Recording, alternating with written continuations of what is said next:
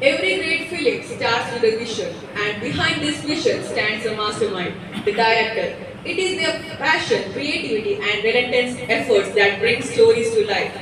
Let's begin. A huge round of applause has been invited the brilliant director of this film, Gautam Ravindran, along with our esteemed producers C.K. Sundar and Babu Karat to share their thoughts with us.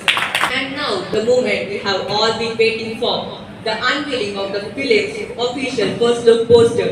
Are you ready?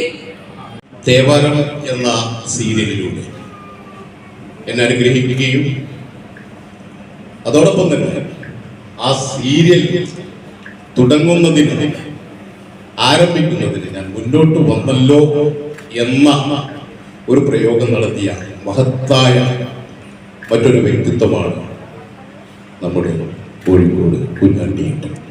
പഴയ കാലത്തെ ശബ്ദം കൊണ്ട് മാസ്മരികത സൃഷ്ടിച്ച കോഴിക്കോട് കുഞ്ഞാണ്ടിയേട്ടൻ അന്ന് അനുഗ്രഹിച്ചാണ് ഒരു ചെറിയ സീരിയലിലൂടെ എന്നെ ഇന്ന് നിങ്ങളെല്ലാവരും ഏറ്റെടുക്കാനായി ഇവിടെ എത്തിയിട്ടുള്ള നമ്മുടെ കനോലി പെൻസെറ്റ് എന്ന സിനിമയ്ക്ക് അതിനൊരു വലിയ പങ്കാളിത്തം വഹിക്കാൻ കഴിഞ്ഞതിൽ ദൈവത്തോട് ഞാൻ നന്ദി പറയുന്നു. ജനം എത്തിക്കാൻ പ്രയാസമുള്ള ഒരു ഏരിയയിലാണ് ഷൂട്ടിംഗ്. അത്രയേറെ പ്രയാസപ്പെട്ട് ഇതിലെ ഓരോ താരങ്ങളും നട്ടുച്ച വെയിലത്ത് പുഴ നീന്തിക്കടന്ന നമ്മുടെ നായകൻ, നമ്മുടെ സബിൻ, ഋഷി സുരേഷ്, അങ്ങനെ പോകുന്നു. അഡ്വക്കേറ്റ് സുനിൽ, രാജീവ് മാഷ്, രതീഷ് ഗുരുവായൂർ, അതുപോലെ നമുക്ക് കൂടെ സഞ്ചരിച്ച ക്യാമറ ടീം ഇന്ദ്രജിത്ത് എസ്, അങ്ങനെ പോകുന്നു. എല്ലാവരും അതിനോട് ഇഴുകിച്ചേർന്ന് ഭക്ഷണത്തിനോ മറ്റു ഭൗതിക സൗകര്യങ്ങൾക്കൊന്നും തന്നെ സമയം ചിലവഴിക്കാതെ അത് പൂർത്തീകരിക്കുന്നതിന് വേണ്ടി 50 ദിവസത്തിൽ കൂടുതൽ കട്ടക്ക് നിൽക്കുക എന്ന് പറയും അല്ലേ, അങ്ങനെ നിന്ന് പൂർത്തീകരിച്ചെടുത്തിട്ടുള്ള ഒരാഴക്കടലിൽ മുങ്ങിയ മുത്തായിരിക്കും കനോലി ബാങ്ക്സ്.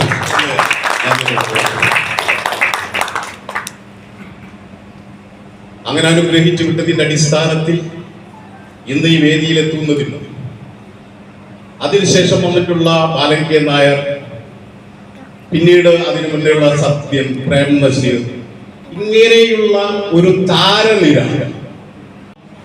കോമൺ ബാത്റൂമിൽ 30-ൽ പരം 20-ൽ പരം 10-ൽ പരം 5-ൽ പരം ആളുകൾ താമസിപ്പിച്ചു. അവരെ താമസിപ്പിച്ചു. ചരിത്രങ്ങൾക്കപ്പുറം സിനിമയെ വളർത്തിയെടുത്ത ഒരു പൂർവകാല ചരിത്രമുള്ളതാണ് നമ്മുടെ മലയാള സിനിമ. ആ മലയാള സിനിമയ്ക്ക് ഇന്ന് ജീവൻ നൽകിക്കൊണ്ട് നിരവധി പേര് ഞാനിവിടെ ഈ വേദിയിൽ നിൽക്കുമ്പോഴും കഷ്ടപ്പെട്ടുകൊണ്ടിരിക്കുകയാണ്.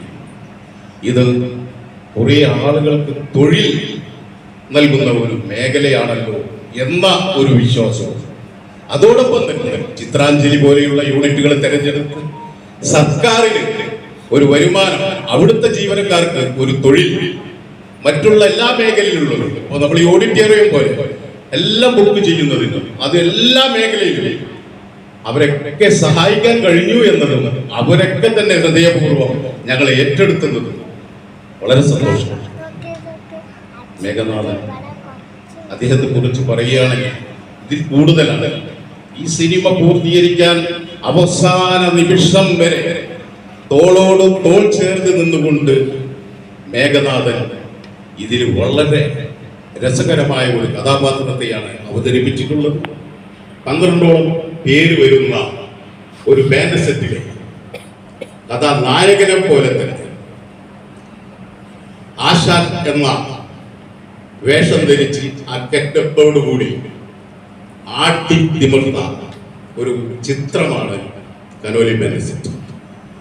അദ്ദേഹത്തിന്റെ ഒരു അസുഖകാലത്ത് അദ്ദേഹത്തിന് ഷൂട്ടിംഗ് ഏരിയയിൽ എത്താൻ ഒരു ഭയം, ഒറ്റയ്ക്ക് വരാൻ.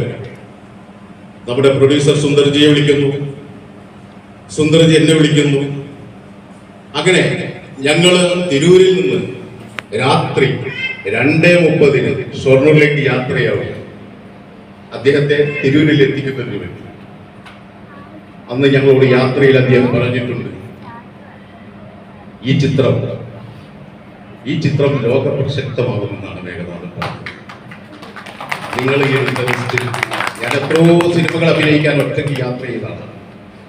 ഇന്ന് എനിക്ക് ഇങ്ങനെ വരാൻ നിങ്ങൾ എല്ലാവരും കൂടി എന്നെ സ്വീകരിക്കാൻ വന്നതിൽ, കൊണ്ടുപോകാൻ വന്നതിൽ സന്തോഷമുണ്ട് എന്ന് പറഞ്ഞുകൊണ്ട് ഞങ്ങളുടെ സെറ്റിൽ അവസാനം വീട്ടിലേക്ക് യാത്രയായ മേഘനാഥൻ പാവം പിന്നീട് ഞങ്ങൾ അറിയുന്നത് അദ്ദേഹത്തിൻ്റെ ദാരുണമായ അന്തം.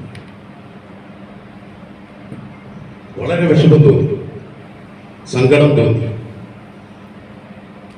ഓടിയെന്ന് അദ്ദേഹത്തിന്റെ വീട്ടിലെത്തി ഞങ്ങൾ എല്ലാവരും അന്നവിടെ ചാനലുകൾക്ക് മുന്നിൽ ഒരു അനുസ്മരണ പ്രഭാഷണം നടത്തുകയും ചെയ്തു. എന്തായാലും അദ്ദേഹത്തിന്റെ കാലശേഷം ഈ സിനിമ കാണാൻ അദ്ദേഹത്തിന് ഭാഗ്യമില്ലെങ്കിൽ കേരളം നിറയെ അദ്ദേഹത്തിന്റെ ആരാധകരുണ്ട്. നെഗറ്റീവ് കഥാപാത്രങ്ങളെ അവതരിപ്പിച്ചു വന്ന മേഘനാഥൻ ഈ സിനിമയിലൂടെ കേരളക്കരയിൽ വളരെ രസകരമായ ഒരു താരമായിരുന്നു എന്ന് നമുക്ക് എല്ലാവർക്കും മനസ്സിലാക്കാൻ കഴിയും. എന്റെ മനസ്സിൽ ഇപ്പോഴും അദ്ദേഹത്തിന്റെ ഒരു നെഗറ്റീവ് കഥാപാത്രം എന്നും ഞാനിങ്ങനെ ആലോചിക്കും. വാസത്തിയും ലക്ഷ്മിയും പിന്നെ ഞാൻ അതിലെ ആലില കണ്ണ എന്ന പാട്ട് പാടിക്കൊണ്ട് അന്ധനായ കലാഭവൻ മണി ഒരു ആൽത്തറയിൽ ഒറ്റയ്ക്കിരുന്ന് അവരുടെ കുടുംബം പോറ്റുന്നതിന് പാടുമ്പോൾ അദ്ദേഹം ചെയ്ത നെഗറ്റീവ് കഥാപാത്രം, അതിലേക്കിടുന്ന ഓരോ നാണയത്തുണ്ടുകളും അദ്ദേഹം ഞങ്ങളുമായി ഷെയർ ചെയ്താണ്. മദ്യപിക്കുന്നതിന് വേണ്ടി അത് വാരി കൊണ്ടുപോകുന്ന ഒരു സീനായിരുന്നു. എല്ലാവരുടെയും മനസ്സിൽ ഇന്നും അങ്ങനെ ഒരു നെഗറ്റീവ് കഥാപാത്രമായിട്ട് കിടക്കുന്ന മേഘനാഥൻ നാളെ ഉദയസൂര്യനെ പോലെ കേരളക്കരയിൽ ഈ ചിത്രത്തിലൂടെ ഞങ്ങൾക്ക് ഒരാശാനായി അവതരിപ്പിക്കാൻ കഴിഞ്ഞതിൽ ദൈവത്തോട് നന്ദി പറയുന്നു. Thank you.